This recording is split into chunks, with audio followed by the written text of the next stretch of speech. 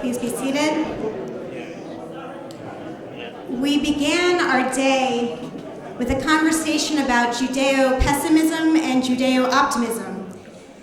And I know that many of the rabbis who come here to RTS come from the American Jewish community, and we come with a mixture of optimism and pessimism as we think about the current situation in American Judaism and our hopes and dreams for the future of American Jewry.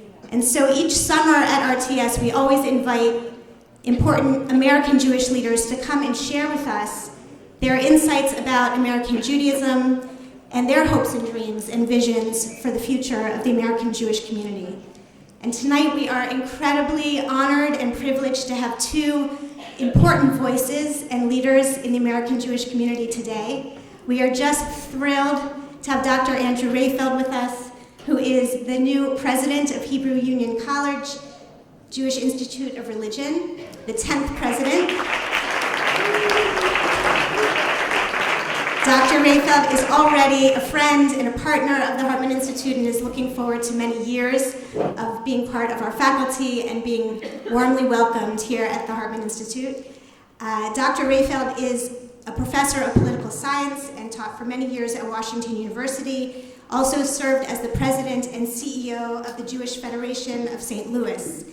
We also have with us tonight another friend and faculty of the Hartman Institute, visiting faculty, Rabbi Jill Jacobs, who is the executive director of TRUA, the Rabbinic Call for Human Rights, has been both a student here, has taught electives for us here at RTS, and we're thrilled to have here with us this evening. Jill has written several books on social justice, has been honored on the Forwards list of 50 most influential American Jews, and also Newsweek's list of 50 most influential rabbis in America. And we are very excited to hear both from Dr. Rehfeld and Rabbi Jacobs their thoughts about the future of liberal American Judaism and its relationship to Zionism. So we've asked each of them to present their vision in about 15 or 20 minutes each, to share their presentation with us, and then to engage one another in some dialogue. And finally, we'll open up at the end for some of your questions. So without further ado, we'll invite Dr. Rehfeld to address us. Thank you.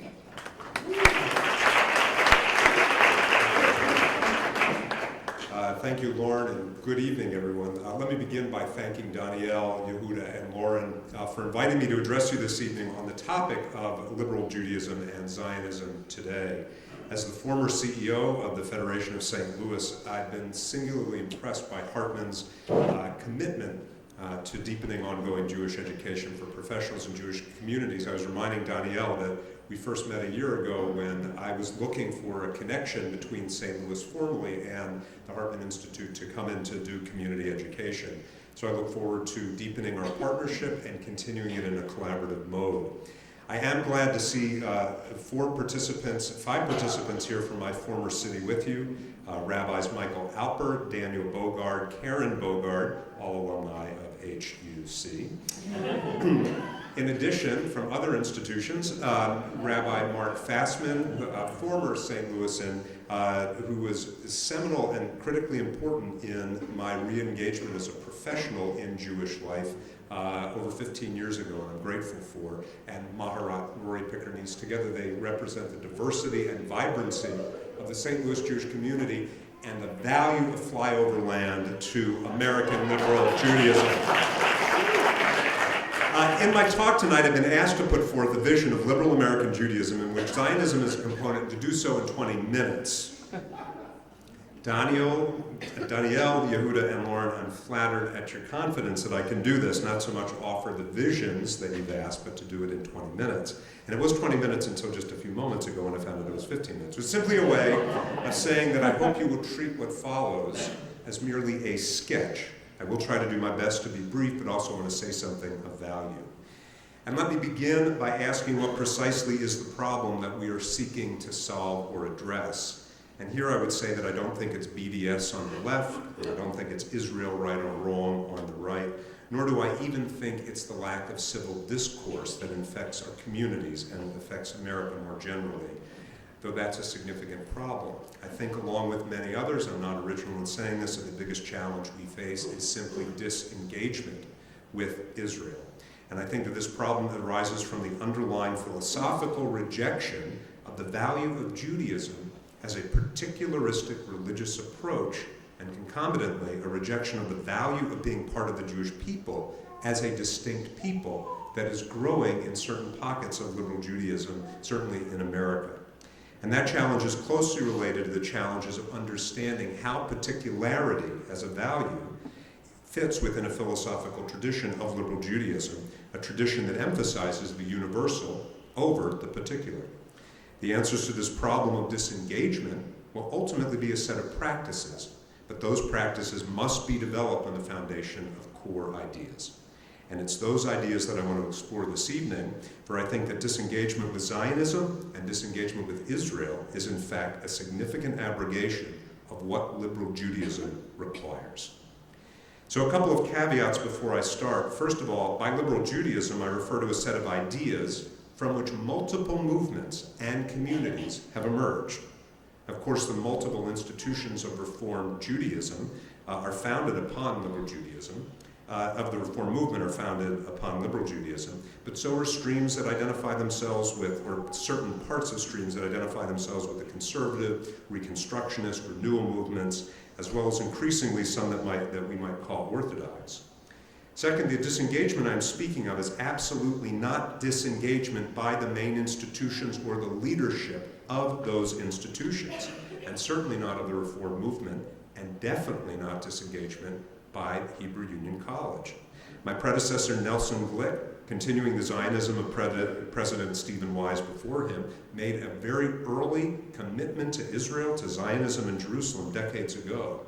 It's an investment that we as a college institute continue to value, to grow as we invest further in our Toby family campus, just around the corner virtually from here on King David Street. Israel and Zionism is and will remain central to the training and education of our Reform rabbis, our cantors, our Jewish educators, our nonprofit managers, and we have almost 350 professional students and graduate students enrolled in our programs as I speak. In large part, what I'm expressing is my own conception of liberal Judaism as an underlying philosophical ideal that can help explain why this commitment to Israel and Zionism is so important to liberal Judaism, and how to address the challenges we face as particularity and universality remain in tension. Now, my talk tonight is structured in 4 parts.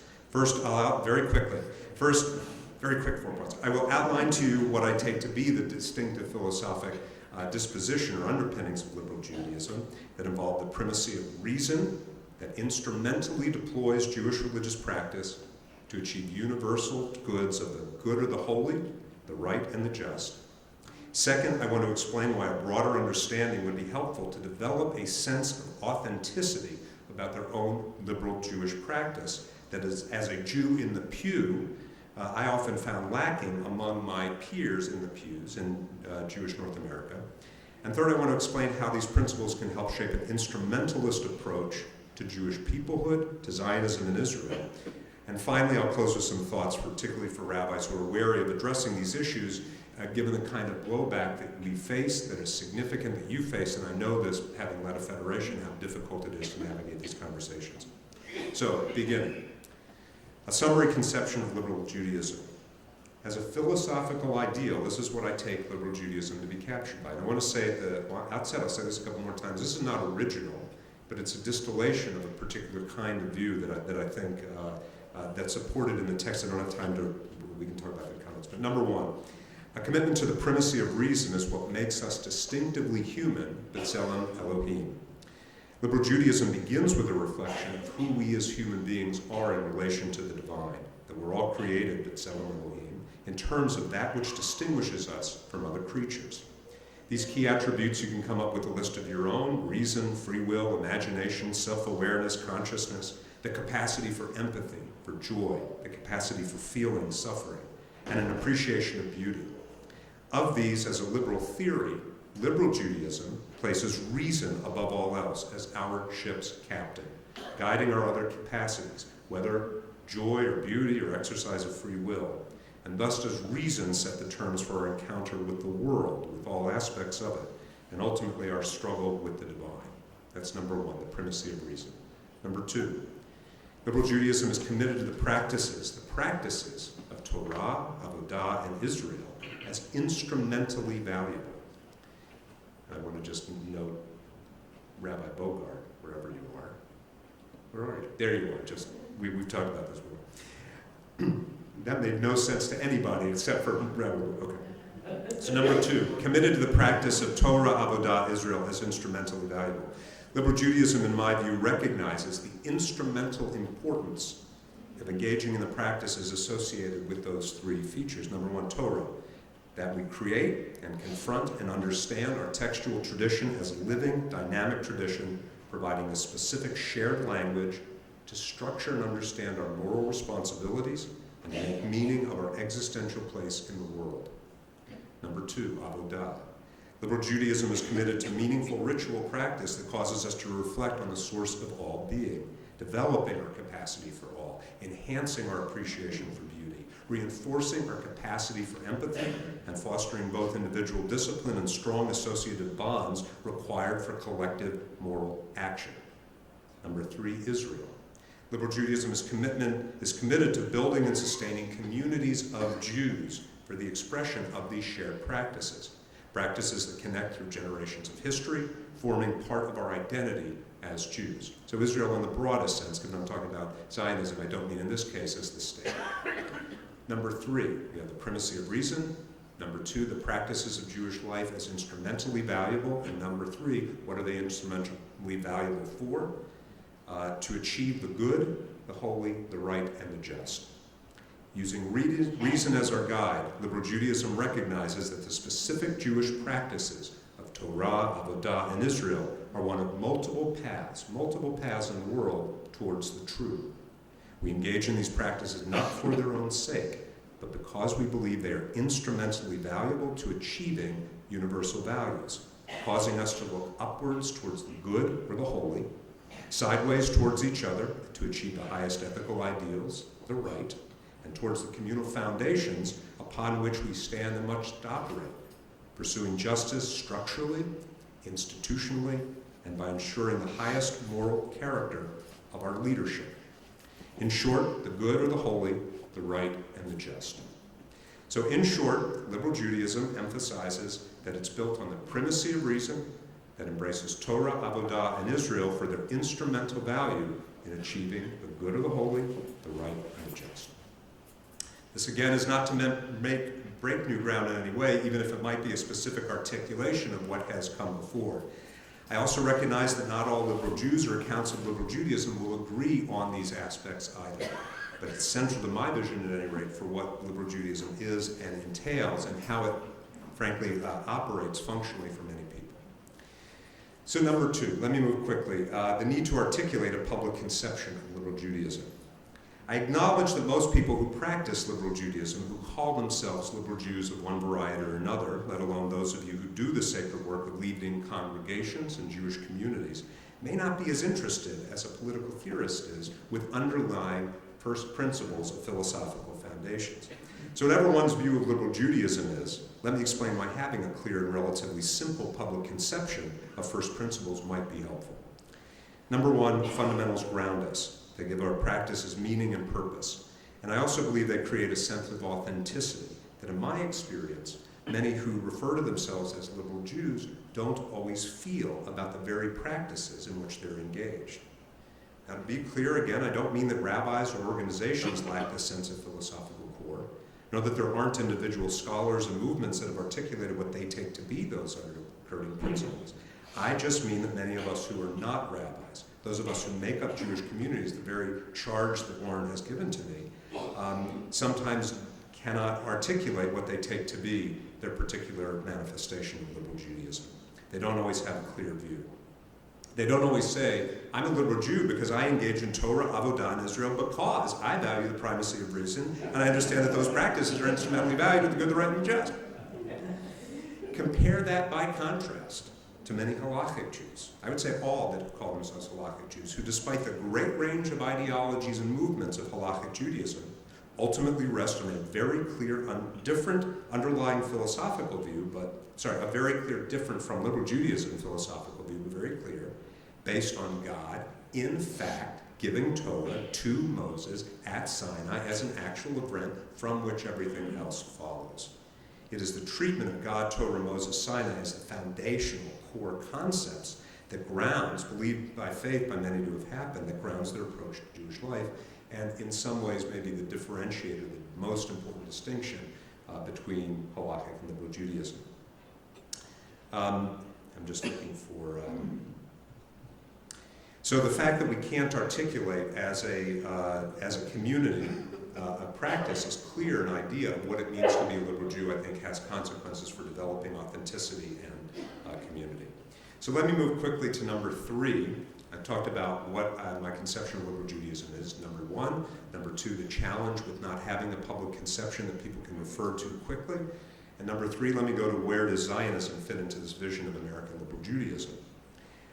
By Zionism, let me start, I mean a commitment to the control of state power by the Jewish people, or some subset of them, in order to secure their self-defense and promote their flourishing.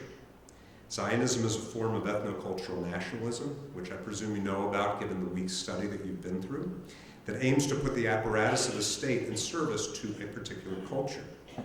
That exercise of power should, as a matter of justice, be limited by the same limits that apply to all governments and all exercises of power, respect for human rights, democracy, etc. Let me say that again. The exercise of power, whether for ethnocultural nations or for civic national nations like the United States, must be always limited by a conception of justice that regulates that use of power.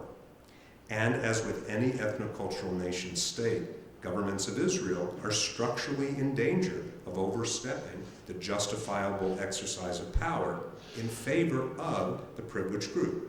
That's true of Israel, that's true of Greece, that's true of Ireland, that's true of Japan. I mean, pick your favorite ethnocultural nation. It's just structurally the risks that they face when you put state power behind a particular group. I'd also add that Zionism since the early 20th century entails the exercise of power within the boundaries of where the state of Israel today actually exercises its power, though with the precise borders, of course, open for negotiation, as any number of clearly Zionist governments of Israel have done and proved in their willingness to do. So what then is the place of such a concept within liberal Judaism? In my view, liberal Judaism requires us to engage with Zionism for moral and religious reasons. Judaism requires us to engage liberal Judaism. It's morally required because it is group affiliation. Any kind of group affiliation is instrumentally important to generate feelings of fellow sympathy to those who are not close by, and thus critically important to any conception of how one develops the human capacity to do justice. And religiously, that is specifically to liberal Judaism, Zionism is required because of the value and ease of Jews imagining themselves as part of the Jewish people, given their heritage, given our tradition, and recognizing the historic necessity and demands of justice of creating and maintaining a Jewish state. So the treatment of Zionism as instrumentally important is consistent with most conceptions of Zionism as a modern political movement. We can talk more about it. I really want to I want to be respectful of the time, and by my count, I have about 5 minutes left. So I just want to say that, Leibowitz to me is the most clear on this from an Orthodox perspective, that the very definition of fascism is when the state itself becomes the object, becomes an end in of itself, intrinsically valued. So you have a great range from the secular to the Orthodox that understand the instrumental value of Zionism in the state to pursuing other ends. Now, the good news is that valuing Zionism is fully consistent with the conception of liberal Judaism. Since religious Jewish life for liberal Judaism is instrumentally valuable to help us achieve moral ends of the good of the holy, the right, and the just, what are the moral problems that Zionism is instrumentally important to help us achieve? Because that's the way you can understand the question of what the relationship ought to be. What is Zionism doing to help us achieve those core values? And there are 3 that I think we can clearly articulate. Again, I don't really feel like I'm breaking new ground here. You're probably all rolling your eyes, no duh, but that's okay. Hopefully maybe the framing. Number 1, self-defense. instrumentally important to the self-defense of the Jewish people. Number 2, flourishing, Jewish flourishing. And number 3, the development of the strong cords of sympathy. I want to talk just a little bit about each of these as the instrumental value of Zionism in the Jewish state, again, from a liberal Jewish perspective. First, Jewish self-defense. Admittedly, the argument from self-defense is no longer as compelling as it was 70 years ago. The Jewish people today are not facing extinction, even as anti-Semitism is on the rise. But to demand that Jewish control of state power needs to be justified only when its existence is threatened is to create a solution that is impossible ever to redeem when we or any people need it the most. That's an entirely unoriginal statement. In fact, Walzer does a great job on the general principle in his classic Just and Unjust Wars, but it's surprising to me the extent to which folks on the political left, particularly in America, do not appreciate that argument. It's also equally surprising to me how often those on the right won't recognize the very fact of a changed situation. And I know Yehuda has beautifully articulated this in a public forum of the most important public space in our world today, Facebook. So one can, and I believe should, assert the self-defense argument in the absence of the immediate need of state power. Number 2, a second instrumental argument for Zionism is based on its role in promoting Jewish flourishing. If liberal Judaism accepts that Torah, Avodah, and Israel, in the broadest sense, are important and necessary, then the development of more robust forms of these practices must also be valuable. And here the history of the last 70 years is a demonstration of the realization of the value of the state to foster a renaissance that many, Daniel and Yehuda in particular, have noted is simply unprecedented in our last 3,000 years. Now the problem, though, with both of those arguments from self-defense and Jewish flourishing is that in a time of great strength, as well as in Jewish flourishing at any time, is that they are bounded by the limits of the just use of state power by others. That is, absent existential threats, the exercise of power is and must always be justified and limited, but to an even greater extent.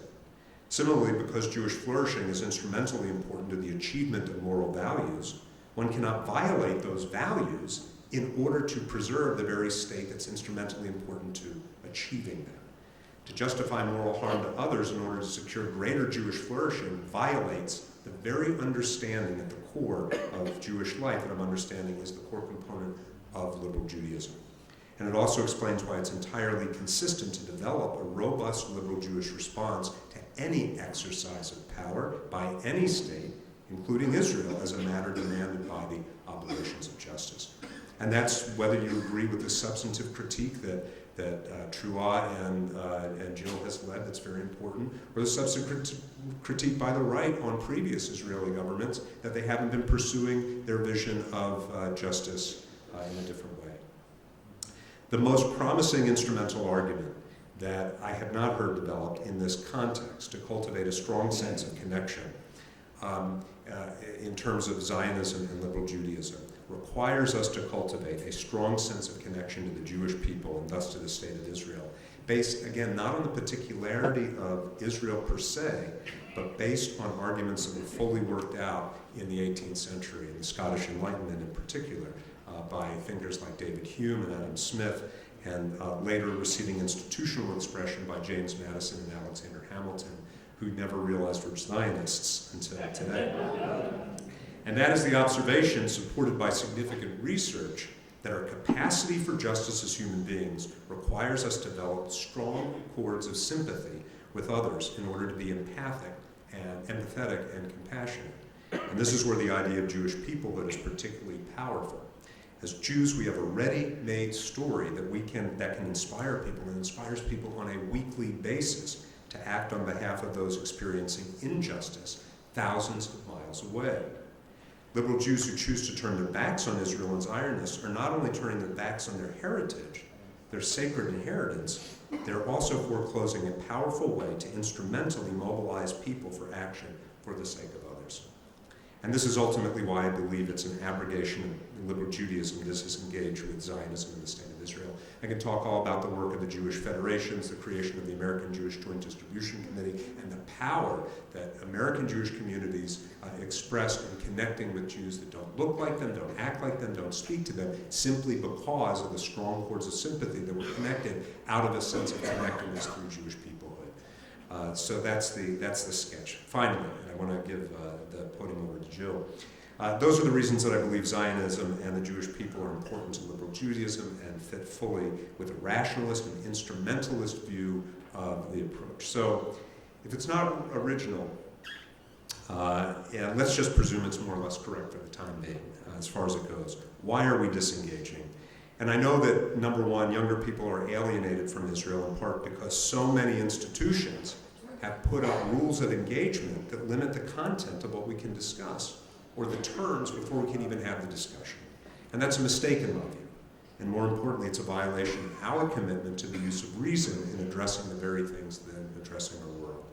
The truth is that once you agree that any state has to respect moral limits on the use of power, if you expect to engage with people on a rational basis in pursuit of justice, you're going to have to allow the government of any state, including Israel, its policies and leadership to be the focus of both praise and blame, with support and criticism.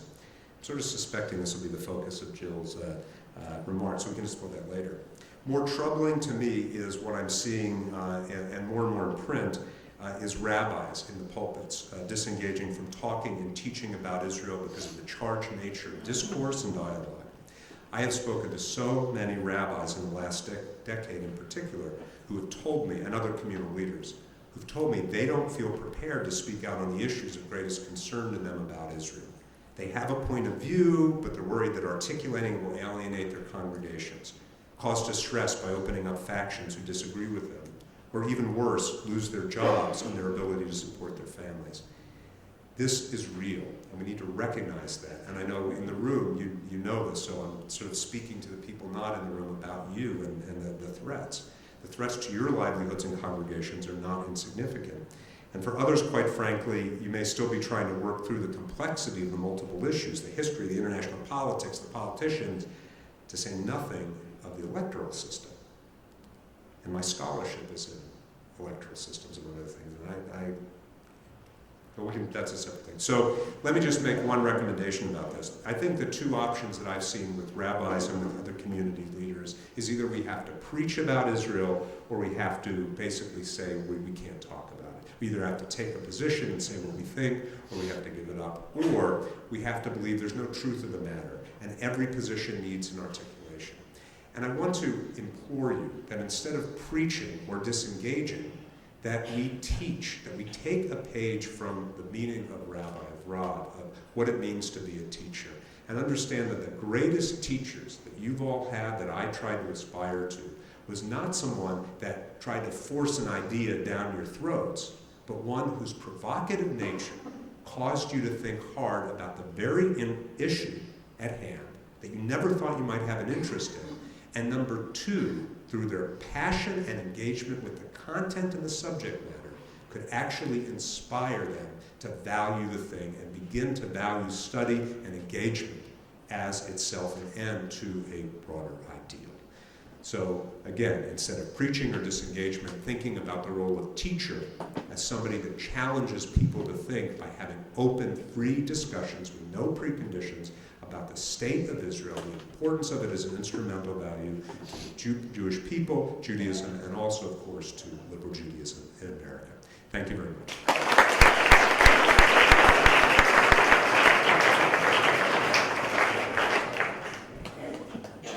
Thank you so much to Andrew. I'm sure we'll have a lot to talk about when we get to the discussion part. And thank you so much to Lauren and Danielle and to Yehuda for the invitation to be here with all of you. I want to share two stories. One is a recent story, and one is 50 years old. Here's a recent story. A rabbi I know, one of Trua's 2,000 chaverim, was at a demonstration in support of immigrant day laborers, the people who stand out on the street and get construction jobs or other kinds of day jobs. She was chatting with one of the workers, and he said to her, "I know why I'm here, because I have to be, so why are you here?" She thought about it for a second, as she told me later, and she said to him, "I also have to be here." Her sense of obligation, she explained, came from her own family's immigration story, her commitment to the city where she lived, and her understanding of Jewish labor laws. So that's one story. And here's an older story. It takes place in 1968. There are three brothers, Raphael, Joseph, and Isaac Mindick, who were the largest landlords in the South End of Boston. and they refused to perform some basic repairs for their tenants, who were mostly Black and Latino. A local Reform rabbi asked the Boston Beit Din, the Orthodox Beit Din, to deliberate on this case. According to one account by the grandson of the Av Beit Din at the time, Rabbi Samuel Korf, the court was reluctant to take the case. They didn't know if it was really in their purview. But then Rabbi Korf learned that the Mindics had set up some of shell companies to hide their assets, and the names that they gave to these shell companies were EU, L'Ratzon, these are each one company, Imre Fi, Ve'Gion Libi, Lefanecha, Hashem, I swear I can't make this up, Tzuri V'Goali. And if you're gonna hide assets, don't call it Hashem, your shell company. So apparently pursuing deceit under the cover of a verse that's imploring God to respond to our sincere speech pushed Rabbi Korf over the edge. The Beit Din took the case, and ultimately they forced the Mindics to repair their buildings, and they even fined them tens of thousands of dollars when they dragged their feet and didn't do it right away. These stories for me exemplify what commitment to halakha looks like. We all know that the legal codes divide halakha into 4 categories, and one of those categories is choshen mishpat, the set of halachot that address questions of how to build a just society that protects the dignity of every single human being created in the divine image. And we also know that we can't just have choshen mishpat. It doesn't stand alone. We also need the other 3 sections, the framework that includes detailed consideration of ritual practice, of prayer, of holidays, family relations, kashrut, life cycles, etc., etc. For example, we can't just have Shabbat every day of the week. We also need Sheshet Yimim Tavod V'Yasita Kol Melachtecha. We need 6 days of advancing the work of creation. But then we also need those 25 hours just to enjoy divine creation without trying to change it. In this room, we obviously have very different relationships to halakha among us and to the idea of chiyuv, to obligation. So I'm not trying to dictate anyone's practice. I don't want to say that everyone should become a conservative rabbi, though it's not so bad. And I don't want to put up barriers to participation in Jewish life. But I do believe that liberal Judaism has to include a sense that there are mitzvot, which I'll translate as moral and spiritual imperatives that guide our lives, that compel us to act, and that these moral and spiritual imperatives can't be divorced from one another. That is to say, what's different about being a Jew and what's deeply countercultural in America is the sense that we don't act only out of what we feel like doing in the moment. It's not an individualistic choice. We act out of chiyuv, the sense that we have to be here. We know, for example, that the central lesson of tzedakah is that we give not because we like the person we're giving to or we know the person we're giving to, not because we're nice people or feeling generous that day, but because our tradition mandates a just redistribution of money. At least once a year, somebody puts out an article or a book that claims that Tikkun Olam Jews are destroying Judaism, right? You've all seen it, right? And that those of us who do justice work as Jews are just mouthing liberal slogans and it's not connected to Judaism. So for most part, these writers are hacks. They haven't actually bothered to do their homework. They don't know what deep Torah is coming out of the Jewish social justice space. And apparently they also don't know about generations of halakha that tackle social and economic issues with as much passion as ritual law. But we also have to be honest and say that sometimes it is true that liberal Jews don't speak about our justice work from within the depth of Torah. As committed liberal Jews, I'll for the moment include everybody, you can decide whether you're in or not later, who believe in these spiritual and moral imperatives, we have to be able to answer the question, why is it different to do this work as Jews rather than as secular Americans? Part of this answer, as I've said, is chiyuv. We have to be here. And another part of the answer is claiming our religious and spiritual authority.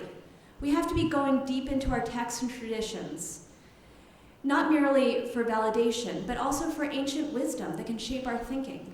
That means taking seriously the long halachic conversations on criminal justice, how we redistribute wealth, relationships between employers and employees, and so much more.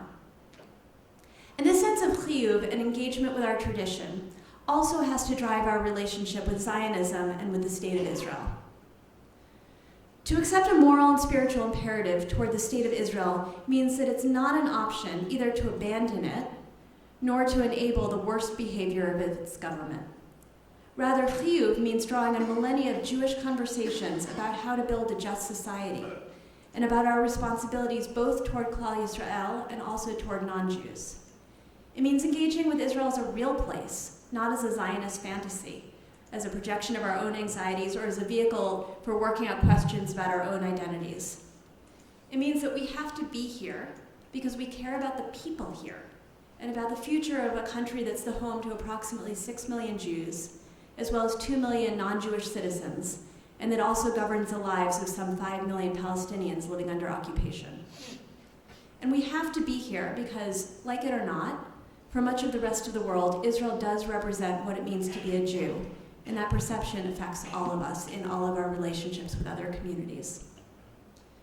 Too often the debates between the right, the left, and everyone in between focus on Zionism. But it's not really about Zionism anymore. It's not like we're sitting in a cafe in Vienna over a coffee debating whether Jews should demand a nation state of our own in the 19th century. We're not in the 19th century.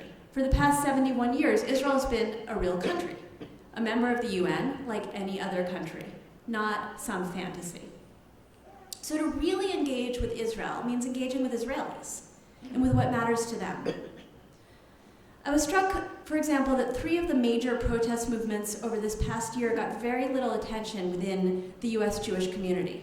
The first one, as most of you were here for, was when Ethiopian Jews and allies shut down streets to protest the killing of an Ethiopian immigrant at the hands of an off-duty police officer. Michal, I don't see her, but she wrote a great piece about why Americans should care about this, why American Jews should care.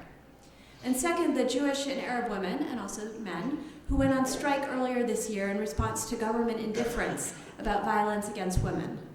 And third, LGBTQ and straight Israelis who protested discrimination against gay couples who want to create families through surrogacy. So why do American Jews pay so little attention to these protests, to these issues? Maybe it's because none of them fits neatly into one of the 2 convenient ideological narratives that typically frame the debate about Israel and the United States, either romantic hasbara or condemnation.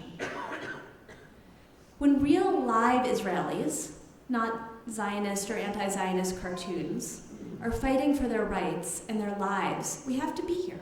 That's chiyuv. We have to get to know Israeli civil society and human rights leaders and partner with them, particularly as they face intensive government incitement against them. We have to know about that. And especially as both of our countries, as well as others, are facing the rise of autocracy and attacks on democracy. Now, it's easy to visit here and live in a Zionist fantasy. We can post on Facebook and say, I'm home, I'm weeping at the airport, and to share all of our Only in Israel stories. And those are real, right? We can get emotional about this place, I do too. But we also have to engage with the very real political and social crises here. That's what our chiyuv demands. Now, foremost among these, of course, is the occupation, which is without doubt the greatest moral stain on this nation and the greatest threat to its future. Sometimes I get booed when I say the word occupation.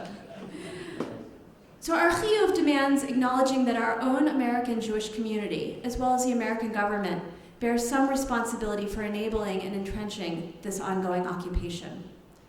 Too many in the American Jewish community have spent decades giving lip service to the 2-state solution, which I still believe is the only solution that has a chance of working, even while funding and enabling the expansion of settlements.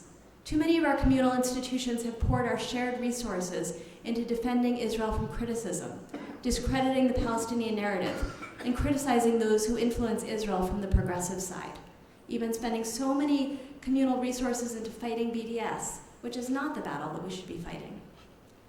In the meantime, we've said way too little about the billions of dollars that the far right, both Jewish and Christian, pours into building settlements, into transforming the media landscape here, into directing public policy, and into supporting a prime minister steeped in corruption. To be clear, we have to refuse to entertain complaints about progressive Jews trying to change Israeli policy, the how dare you sit in your comfortable living room in New York and tell Israelis what to do, that argument. We can't entertain that argument at the same time as we have billionaire American Jews like Irving Moskowitz, Alav Shalom, and Ira Renner buying settlements that are changing facts on the ground, or the Tikva Fund, led by another American billionaire, Mem Bernstein, which is investing millions of dollars in trying to drive Israeli policy toward American-style libertarianism. It's one of the most dangerous influences in Israel today. Or we have Sheldon Adelson's newspaper, which is propping up the prime minister and weakening independent media. We have the Central Fund of Israel, which is investing more than $20 million a year of US tax-deductible money to extremist and even Kahanist organizations here.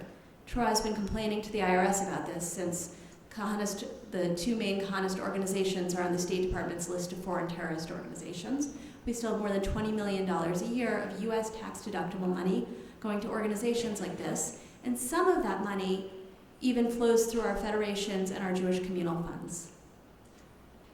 I have to believe that these billionaires have way more comfortable living rooms than any of us do.